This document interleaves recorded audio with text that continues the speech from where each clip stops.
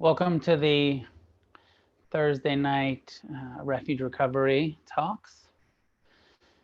Welcome to everybody who's new, everybody who's been attending. We've been doing these Thursdays for a few months now. Just to remind everybody, this is not a Refuge Recovery meeting. This is a offering of Refuge Recovery World Services. I'm Noah Levine. I'm the founder of Refuge Recovery. Refuge Recovery meetings are peer-led. And this is not a peer-led experience. This is me reading from the book. We've gone through the core philosophy and teachings of the book, and then having some discussion about it. We're now at the back of the book where we're going week by week through the guided meditations that we do in the Refuge Recovery meetings. And rather than me just guiding a meditation from my own experience or from memory, I'm guiding the meditations that I wrote down in the book, just as we do in the meetings, so that then we can practice together in this standardized way and have some conversation about it. Tonight we are at the practice of loving kindness. What is the Buddhist word is metta, loving kindness meditation. And before we jump into that, I was just remembering this earlier chapter that we went through, chapter 13 in the book that is starting on page 89. And I'm going to read that first, and then we'll do the meditation. So you can just listen. You can look at it if you want to, but also you can just listen to this as a perspective that I think is very much connected with loving kindness and all of the heart practices. This chapter is called The Path to Heartfulness. As we walk the path of refuge recovery, we gradually uncover a loving heart. This is a process of awakening and healing that could be seen as analogous to an archaeological dig. In the early days, we remain on the surface. Mindfulness is our most important tool in the beginning, and it will give tremendous relief. It acts like a metal detector that allows us to know that there are precious treasures beneath the ground. Mindfulness is also the shovel that begins the excavation. But as we begin to dig, we will likely first encounter all of the layers of sediment that were covering the heart. The heart practices are a further refining of the soil. We may begin to sift through the rubble, hoping to immediately find treasure. But in the early days, we may end up feeling more unsettled during compassion and kindness exercises because we are just uncovering all of the skeletons that had been buried over the years of our addiction. We have probably become quite skilled at covering the insecurity and reactivity of our life, burying our hearts deeper and deeper. At the same time, each meditative effort of mindfulness, forgiveness, kindness, or compassion is another shovelful of dirt, each one getting us closer to the forgotten truth of our heart. Perhaps at times the heart practices can be seen as even finer instruments of archaeology, like the brushes that are used to gently sweep away the remaining dust covering the treasure of our own heart. Meditations are versatile. Sometimes you need a shovel doing the heavy lifting, and other times you need something gentler, very subtle and refined, to simply dust off the heart. But as we know, sometimes uncovering an ancient city takes a lifetime. There is no timetable that we can count on. There is no guarantee that we'll reach the forgotten treasure of compassion anytime soon. What is promised is that it is there waiting, and at times we can hear it calling to us, begging to be uncovered. The path of refuge recovery, if followed correctly and with persistence, will always lead to the recovery of our lost love and compassion, one scoop at a time. We feel that it is only fair to also offer a warning. The path to uncovering our heart's positive qualities is a radical one. It is fraught with the demons of the heart-mind that in Buddhism we call Mara. Mara is the aspect of heart-mind that creates roadblocks, gives excuses, procrastinates, and urges us to avoid all the unpleasant mind states that accompany the healing of awakening. Mara is the inner experience of all forms of addiction, greed, hatred, and delusion.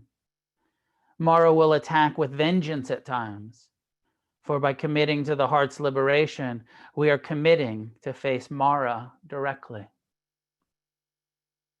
The Buddha spoke of his battle with Mara, and victory over Mara was won with the weapons of love, compassion, equanimity, and appreciation. After the Buddha's initial victory, Mara did not give up, however. Mara continued to live with the Buddha throughout his whole life. The Buddha was constantly vigilant, always meeting Mara with a loving awareness, always disarming him with the heart's wisest responses. We too can live a life of responding wisely to Mara, to our addictive patterns, to the pain of our past. Everyone has the ability to recover, love, forgive, and be compassionate. Ability is our birthright. The only issues are desire and willingness. Most people would readily confess the desire to be free from the addictions, hatred, anger, and fear that they live with. Although there are those of us who've been so badly injured and confused that they've lost all hope. Most of us have even created, some of us have even created a belief in hatred as a noble and necessary quality. Our experience shows us that even the most deeply wounded and confused hearts are healed when the principles outlined in our program of recovery are applied. We welcome you to the Refuge Recovery way. If you follow this path, you will free yourself from all the unnecessary suffering of addiction. You will inspire others to do the same. The practices in this book are not a quick fix. They are a map to a hidden treasure. You will have to do all of the digging yourself, hopefully with the support of teachers and community, but it is ultimately up to you to do the heavy lifting, or letting go as it may be. Your life will transform as ours have, and together we will create a positive change in this world.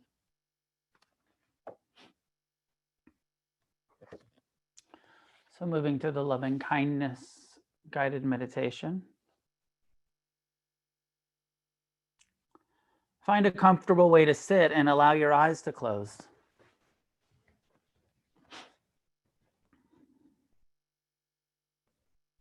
Bring attention to the present time experience of the body.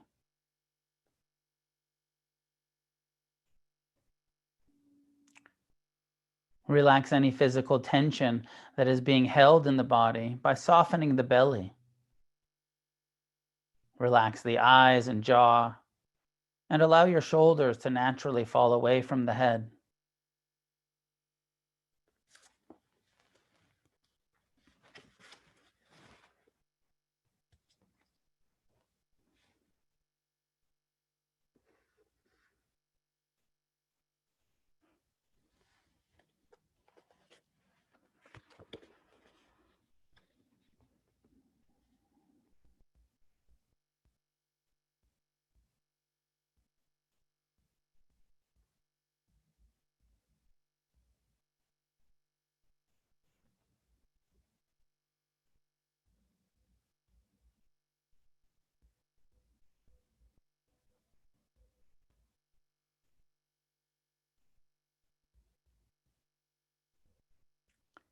Begin to reflect on your own deepest desire for happiness and freedom from suffering. Allow your heart's sincere longing for truth and well-being to come into your consciousness.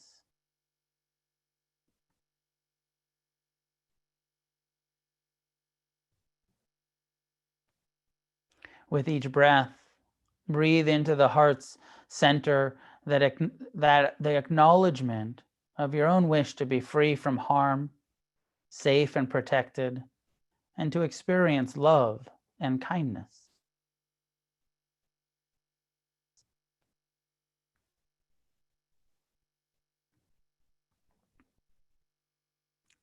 Slowly begin to offer yourself kind and friendly phrases with the intention to uncover the heart's sometimes hidden loving and kind response. Your phrases can be as simple as the following: May I be happy.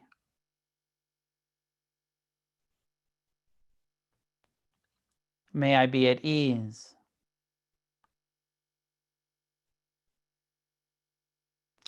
May I be free from suffering.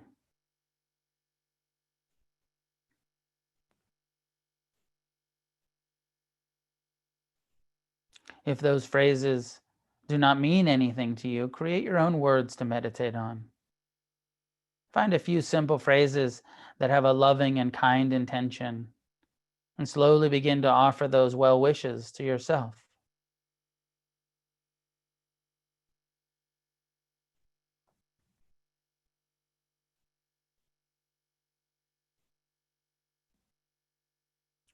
As you sit in meditation, repeating these phrases in your mind, the attention will be drawn back into thinking about other things, or resisting and judging the practice, or your capacity for love.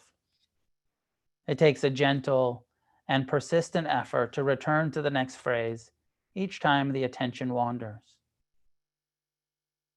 May I be happy. Feel the breath and body's response to each phrase.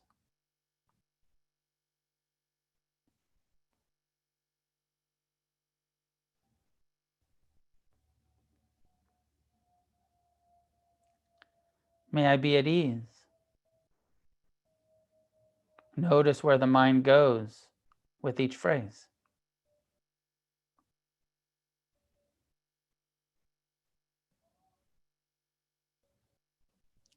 May I be free from suffering. Allow the mind and body to relax into the reverberations of each phrase. Simply repeat these phrases over and over to yourself like a kind of mantra or statement of positive intention. But don't expect to instantly feel loving or kind as a result of this practice. Sometimes all we see is our lack of kindness and the judging mind's resistance. Simply acknowledge what is happening and continue to repeat the phrases, being as friendly and merciful with yourself as possible in the process.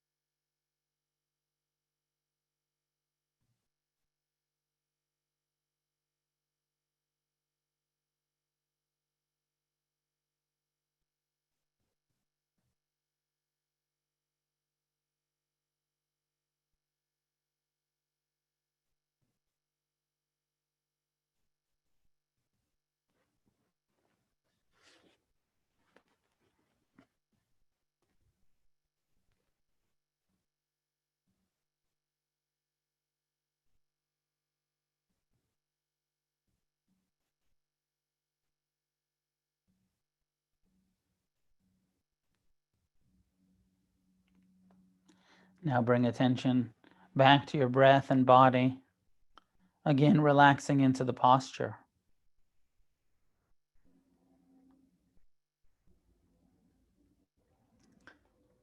Now please bring someone to mind who has been beneficial for you to know or know of. Someone who has inspired you or shown you great kindness. Recognizing that just as you wish to be happy and at peace, and that your benefactor too shares the universal desire for well-being and love. Begin offering her or him the loving and kind phrases. Slowly repeat each phrase to that person with that person in mind as the object of your well-wishing. Just as I wish to be happy, peaceful, and free, may you too be happy.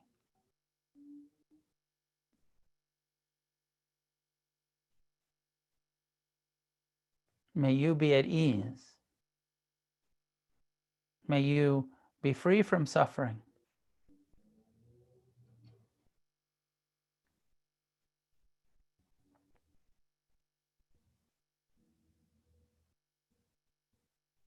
Continue offering these phrases from your heart to your benefactor, developing the feeling of kindness and responsive love to others. When the mind gets lost in a story, memory, or fantasy, simply return to the practice. Begin again, offering loving kindness to the benefactor.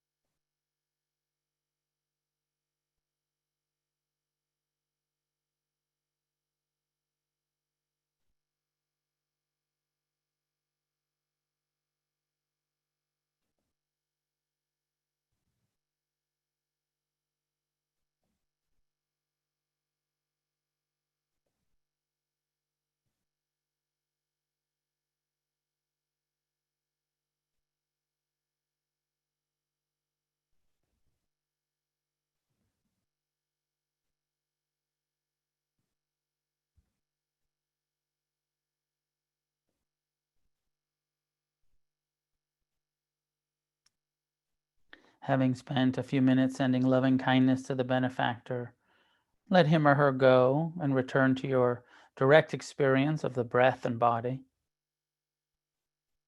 Pay extra attention to your heart or emotional experience.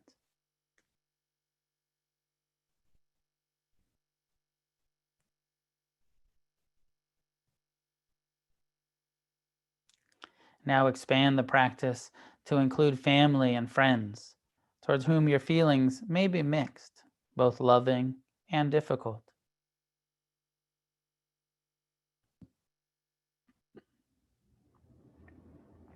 May you be happy. May you be at ease. May you be free from suffering.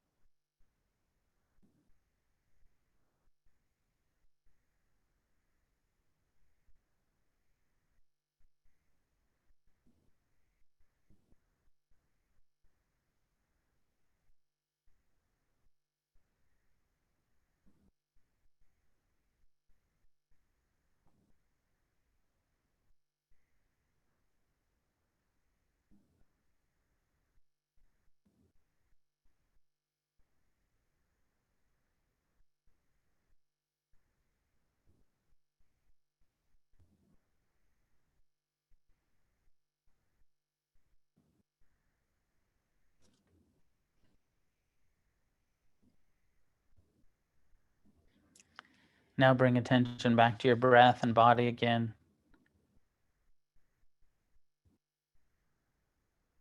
Then expand the practice to include the difficult people in your life and in the world. By difficult, we mean those whom you've put out of your heart, those towards whom you hold resentment.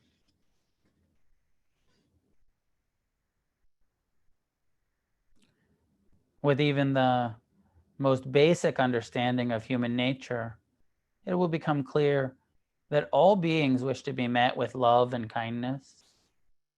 All beings, even the annoying, unskillful, violent, confused, and unkind, wish to be happy.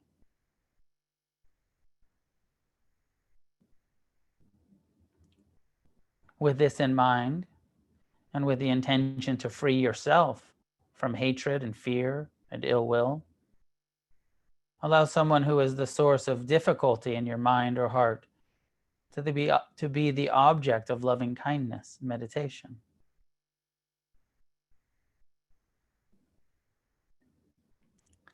Meet the difficult person with the same phrases.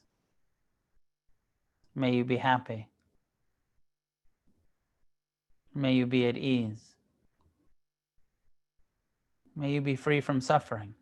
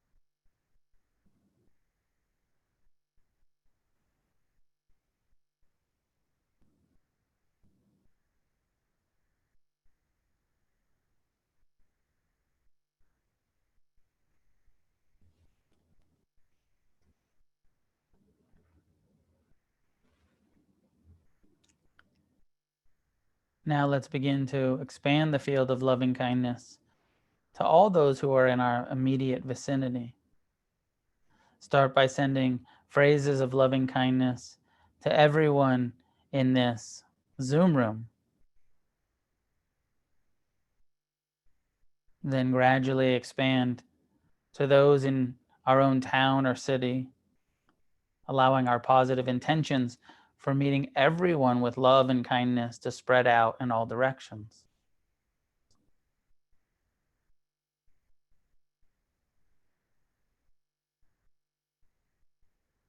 Imagine covering the whole world with these positive thoughts, sending loving kindness to the north and south, east and west.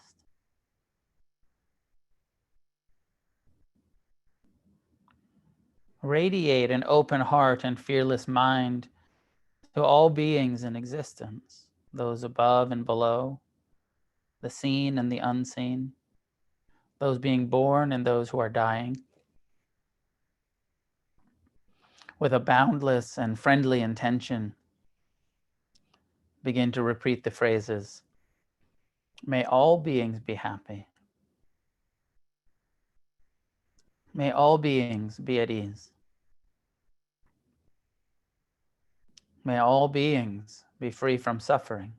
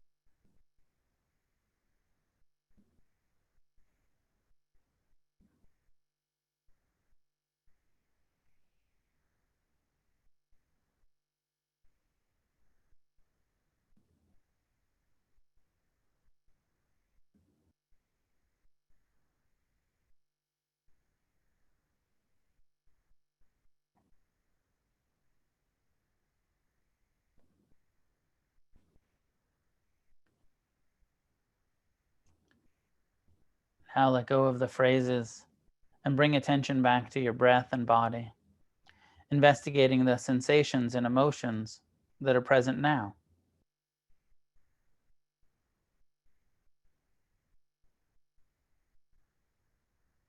Then, whenever you're ready, allow your eyes to open and your attention to come back to your surroundings.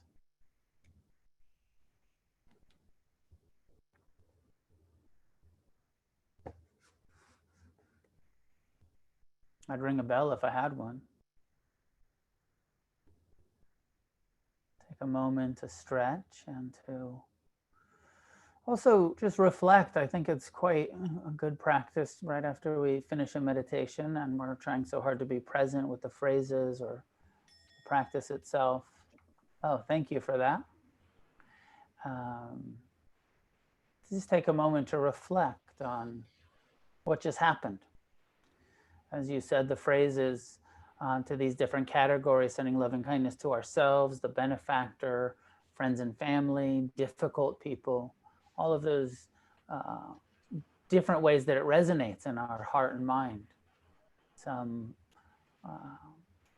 even just reflecting what was the difficult part, where was there more ease, where was there more sincerity, where was there more challenges.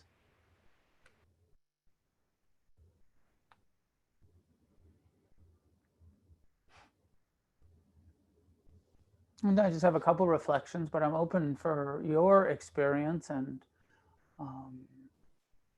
and I think that it was pretty, any questions that you might have or comments. One of the reasons that I read that section, the path to heartfulness, before we did the loving kindness meditation, because I think that there's some important information in there about this process that we're undertaking, and some important warnings, and I really like this perspective that we're not creating something new. We're recovering something that's always been here. Love is not something that we don't have. It's just something that perhaps has been buried. Kindness isn't foreign to us. It's just something that we haven't had much access to. Or compassion or forgiveness or any of these qualities that in Buddhism are called heart qualities. And that these practices are helping us excavate, uncover. And each time you say the phrase, even if you don't mean it yet, it's helping to uncover our heart, which, you know, from the Buddhist perspective, a human, and heart and mind is the same thing. But this quality that we all beings, and human beings, have at the core, which is loving and kind and compassionate and generous. Underneath our instinctual drive towards greed and hatred and delusion is a natural goodness, is the Buddhist perspective, is a Buddha nature, an enlightened potential. And the practices of refuge recovery, the mindfulness, the compassion, the tonglen, the forgiveness, the loving kindness practice we did tonight, is all about helping us recover. Not just from the act of addiction, but to recover our own heart and love and the freedom that there is in being loving to ourselves and loving to each other and kind to ourselves and kind to others. And that this is really, you know, taking addiction recovery beyond abstinence from the substances or the process addictions, and really going to living a, for lack of a better word, a spiritual life, a life of engagement with reality, with all of the pain of reality in a wise way, and engagement with all of the pleasure of reality in a wise way. And so it goes so far beyond just physical sobriety, and opens us up to, I don't know, sometimes people use the term emotional sobriety. I don't know exactly what that means, but I like the term emotional intelligence and wisdom and compassion. And these practices are bringing us there. So what's your experience with it? What are your questions about this aspect of refuge recovery? You could raise your hand and I'll call on you if you have a comment. Raise your hand in the, I see you, Anthony, so you can go ahead and speak. But if in your participant thing, there's a little blue hand that goes up on Zoom, but I see you, Anthony, you can go ahead and, I can't see everybody, so, but I can see Anthony, so go ahead and ask your question. Yeah, not so much a question, but an observation. Yeah, sure. Very interesting when you said, kind of look towards the people that you have resentment to, you're holding a grudge towards. It's kind of interesting how difficult it was to actually give them a little bit of love, because the mind constantly wants to go back to how they did you wrong or why you resent them in the first place. And then there's small glimpses of like, okay, yeah, I can love this person. I can be open to them. Then all of a sudden you feel like you want to contact them and maybe text them or call them all of a sudden, Yeah. It felt really nice and warm, actually. Oh, beautiful. I'm glad that you had that experience. And I know, of course, our minds just, and it's even in the instructions, like there might be resistance. You might get lost in fantasy or a story about this person. Keep coming back to the phrases, keep coming back to the intention. And my own encouragement is, especially when they're difficult people, don't reach out too soon. Do the practice for a while. Okay. And really, get a solid sense of forgiveness and kindness and compassion. I know myself, I've tried to make amends too soon to people and then fucked it up and had to make amends again for the way that I made the amends the first time. So I definitely have an encouragement to let the foundation let that positive feeling that you're talking about become more persistent, more of an ongoing feeling of like, I actually have compassion for this person. I actually forgive them. I see my part in it. All of the stuff we do in the refuge inventories. Yeah, thank you for that. I'll take it. Yeah, welcome, Anthony. Tyler, go ahead, jump in. Thank you. I guess I have a comment or an observation and then a question to share real quick. During this practice today, this was my third heart practice of the day. And I've been doing forgiveness practice with the Rebel Saints community. Shout out to y'all. And I noticed that someone I was offering loving kindness to, I ended up getting caught in a story like you were talking about. And what I noticed is that I started resenting them in the middle of the meditation, and what preceded that was a fear of something around a situation between us, and so I've heard that that's fear and resentment are often connected, but I've not experientially really noticed it until just that meditation. So yeah, it's just something I experienced in the meditation. And then the question I had is sort of playing off what you were just talking about of emotional intelligence, and how I feel like I'm stuck in my mind too much. And so I practice the heart practices frequently because I'm hoping to kind of reconnect with my emotional self, but I feel very emotionally numb and have for a long time. And if it's, in addition to addiction, have lived with depression for a long time. And I wonder if you have any insight or advice about that, because I feel like I continue making decisions mostly from a mind and thinking place because I'm not often feeling connected to an emotional intelligence. Right. I know it's there somewhere, but I just don't often feel it. So right.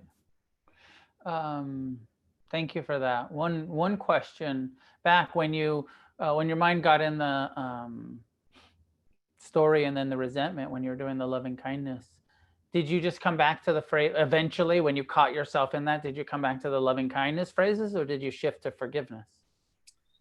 I kind of did both. I threw in a little forgiveness there, which is fine. Make Yeah. it your own. Yeah, it's fine. Yeah, and then came back to the practice. Okay, yeah. I mean, we learn all of these practices, and then eventually we get to the place where we're doing the wise response to what's presenting itself in this moment.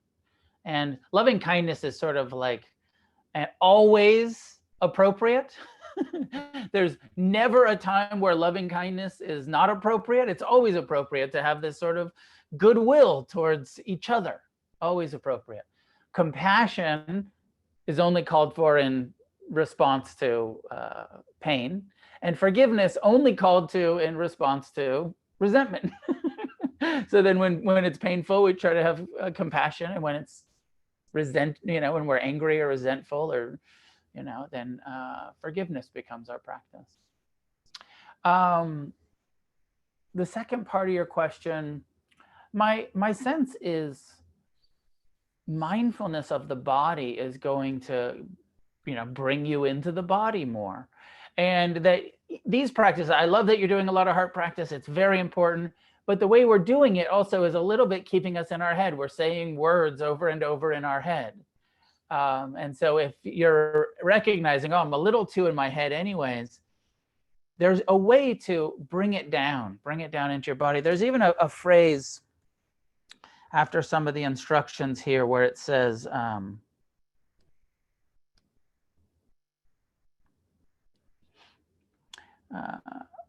may I be happy. Feel the breath and body's response to each phrase. May I be at ease. Notice where the mind goes. May I be free from suffering. Allow the mind and body to relax into the reverberations of each phrase. But especially that first piece, when you're saying the phrase, rather than drop the attention down into the body. Feel the breath and body's response to the forgiveness practice you're doing with Rebel Saints, the loving kindness practice. Keep dropping out of your head and into like what's happening in my belly. As I say, I forgive you, Does the belly get tight? You know, if you know when and you if you're really paying attention to your body, you will feel a physical shift from that experience that you were talking about, where you're sending loving kindness, you bring them to mind, then you get into the story, and then it turns into fear and resentment. You'll feel the fear is like a tightening in my jaw and my shoulders, my belly starts to get hard. And so the more you pay attention to that, I think the more it'll serve that very wise intention to become more embodied, not so much in our head, more emotionally, somatically, the body present. And of course, this is the first foundation of mindfulness, is pay attention to your body. And so we can do a both and with the heart practices. Say the phrase in your mind, feel the response in your body. Say the next phrase, feel the response. And even if it's not feeling much in the beginning, just keep trying to feel it. Keep checking in with your belly. Okay. Yeah. Will do. Thank you. I hope that's helpful. That's been a lot of my journey with it myself. It is. Yeah. Thanks.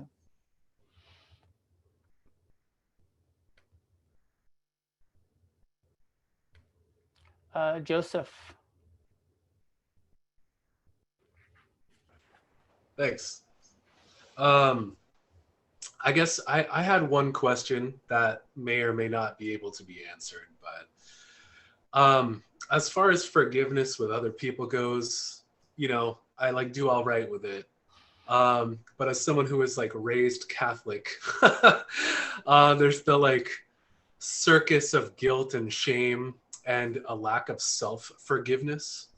So I just wanted to ask, you know, in your experience, and I know it's different for everyone, what has helped you deal with guilt and shame stemming from addiction? This practice has helped a lot. The forgiveness practice and the loving kindness practice. But as you know, as it says in the instructions, and we'll remind each other over and over, it's not a quick fix. And that often it makes, there's the warning, like sometimes it's gonna feel worse actually, because of that misinformation that we've been fed about our own worthiness, or the ways that we, born into sin, whatever bullshit we were fed Right. that we took on. So sometimes these practices it's going to be uncomfortable. But if you keep going and you push through, eventually you're going to be recovering a quality of your own knowing, of your own heart, mind, that's going to feel like, oh, this is who I really am. Not that conditioned mind, religious dogma bullshit that was put on me, but this is my own direct experience of loving myself, forgiving myself. But it might take years of doing the practice every day. It's a good place to start. Yeah, the reality is, it's not like, very few people are like, oh yeah, I went from my Catholic guilt to total resolution and in 90 days. It doesn't usually work that way. And my experience with this practice was that for the first couple of years of doing it, I couldn't even really mean it. Like, it was almost, the tone in my own head was almost sarcastic. May I be happy, and it was like, it was so hard to take it in. And then a couple years in, it started to shift, and I could feel in my body and in my mind that, oh, I'm starting to mean this. And then a couple more years in, oh, I'm starting to feel it. Really. Yeah. But for me, the process it's been decades. But really, the first few years were way more challenging, and then it became more sincere. And that childhood conditioning is part of what we're referring to as Mara in that reading. where we talk about Mara attacking with the doubts and the self-esteem. And, you're going to likely, all of us are going to likely live with some of those voices of you're not worthy. And what happens is we start to wake up and we realize that that's just a confused, conditioned thought pattern, and it's not true, and it's not who we are. And that's why the Buddha called that part of his mind Mara. And he started to meet Mara, his own confused mind patterns, with loving kindness. And we can do that too, eventually, with the discipline of the regular practice. Well, it's so nice that we also have each other to reach out to and talk to, and really kind of say, hey, this is weird, I felt this, and we can tell each other like, oh, that was a trauma event, or you know what, that doesn't define you as a person. And all of us being here together, just talking through some of the, many basic things, and many, it's not even sometimes a basic thing. It's knowing that you're not alone, and a lot of us are going through a lot of the same stuff, and having a community that says, hey, we support you, we love you. We can't change anything for you, but all of us can say, let's try to focus on the tomorrow instead of the yesterday. Acknowledge the yesterday, so we can all be here together to focus on this tomorrow. Absolutely. The normalizing effect of Sangha, of community, of like, oh, I thought I was the only one that hated myself. And then I'm in a whole room of people who admitted, oh yeah, I used to hate myself. Or I still do. Hated myself. Yeah. Wait, what? You hated yourself? I hated myself? Yeah. It's so interesting, because what I love what you're saying is because, and now we can all get around and have a pity party about how we all hated ourselves. Where you can't go anywhere from there. The point is, hey, yeah, we all share that same thing. Where do we go from here? 100%. Exactly. You can't. But it's really hard, and it's very difficult to feel.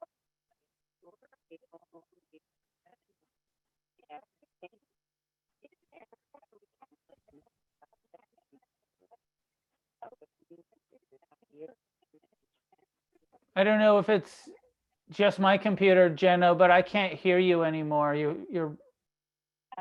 You're broken up. It's her. I can't hear her either. Okay.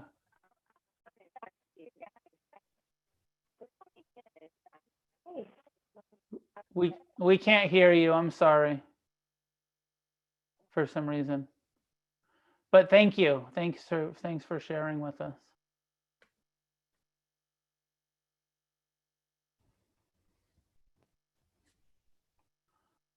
Any other thoughts before we end? Questions, comments, clarifications? Maggie, go ahead. Okay. Thanks, Noah. So I had kind of posed this question in my Refuge Recovery Venice meeting earlier, because we did the forgiveness meditation, and I was come to that difficult person, specifically one person, and I guess like I'm pretty new to Refuge Recovery. I've only been doing this like a month and a half, almost 2 months, but I'm starting to be able to forgive myself and forgive other people for like hurting me through unskillful acts and that kind of thing. But like, what if, like, is there an answer, like if somebody harmed you like repeatedly on purpose, how do you find that forgiveness? And I guess like I'm understanding that like the forgiveness of those people, it's more to like find peace within yourself, but it's still like every time I go to like offer that person forgiveness in my meditation, I end up almost like having a panic attack, and I have to like go back to just the basics, focusing on my breath. I mean, is there any like extenuating circumstance in Buddhism, like where, you know, we don't forgive everyone, or like how, or if we do, how do you find that forgiveness if you know, if someone's wronged you, you know, and it's just like unimaginable. Yeah. And That's so a- I'm gonna give someone an out. If someone does something to you that's unimaginable, Maggie, Jenno, please, if you have a question, you can raise your hand. Let me communicate with Maggie. So important question. And I was also reflecting on, like, even I think that there's places in the book, I'd have to look, where it does encourage us not to go to the most difficult people. Certainly not to start with the most difficult people, but to let forgiveness be a skill that you develop long term, and that it's quite okay to set aside the really difficult ones for a while. And I didn't catch exactly how new. You said you've been doing Refuge just for a few months. Yeah, I'm a little under 2 months. Like, and a couple months sober, or already sober? yeah, same. I started Refuge the first week of my sobriety. Yeah. So about 2 months. So I can't give you a clear timeline of like, well, in 6 months or in a year, or I can't tell you exactly when. Mm-hmm. But what I can say, my perspective is, right now, focus on yourself, on forgiving yourself, on doing, we say in the beginning, mindfulness and forgiveness, alternating, but mostly keep the forgiveness just with yourself and with the annoying people around you and that big abuser, that big, difficult person, set it aside for now. You'll get there, and you do need to get there eventually, but you don't need to do it now. Okay. Expect, you're new, like build your foundation in staying sober, staying in recovery, developing the meditation practice, coming to the meetings, do and do the inventory, and that stuff with the big resentment, a lot of in a lot of different areas, it'll come out in the inventory. You'll get more information. Eventually we will come to the place where we have enough compassion that we can see the pain of our enemies. We can see their confusion. We can see their ignorance. And we'll be able to and all of the ways that it caused us harm. And having compassion for our own pain and the ways that it caused us harm, we'll still be able to meet our enemies with compassion for their confusion, their pain that spilled out onto us, and there's no rush. Okay. Don't, I don't know what your addiction is, but I'll just, don't drink about it. Yeah. Don't use about it. But alcohol, yeah, I'm the most dangerous on alcohol. So yeah. So, and for now, mindfulness of the breath, coming to meetings, getting the support, do the forgiveness. Here, in my experience, I've shared with many people, is that in the beginning, I was given this advice. I was told, start with the people that you want to forgive. Okay. And then, you can like almost make 3 lists of, here's the people that I want to forgive. Okay. Here's the people that I would consider forgiving at some point. And here's the list of people that in this moment, it feels impossible, like no fucking way. Yeah. It's okay to have those 3 lists. Now, my experience was eventually everyone that I wanted to forgive, through the meditation, through making amends, through all of that stuff, I came to the place where like that list was pretty clear. And then the maybes moved over to like, oh yeah, I want to forgive them too. Mhm. And the nevers moved over to maybes. And this is for me, I was, years in. Okay. So it's really not like months building in, years skill. in. Yeah. Yeah. Building And up the forgiveness skill. And building then, up the forgiveness skill. yeah. So we don't need to land in like, yeah, some people you just never have to forgive. Just set it aside for now, knowing that with that sort of openness, like, yeah, maybe you'll get there. Yeah. And it is definitely our encouragement, the Buddha's teaching encouragement, to get to the place where we don't need to hold on to any hatred towards any living being. Okay. Yeah. Thank you. Welcome. I'm just about out of time. We are out of time. Sorry that I didn't get to all of the questions. And I will be here next week. What are we doing next week? Does it go to compassion or does it go to forgiveness? Appreciative joy, even better. Next week, we're going to party with happiness and joy. So I hope you guys have a good week and enjoy your week and do loving kindness every day, all week, and then come back next week. These Thursday night sessions are kind of a fundraiser. They're a benefit. Any donations that come in go to the Refuge Recovery World Services. Please be generous if you can. Make a donation, 5, 10, whatever you can give.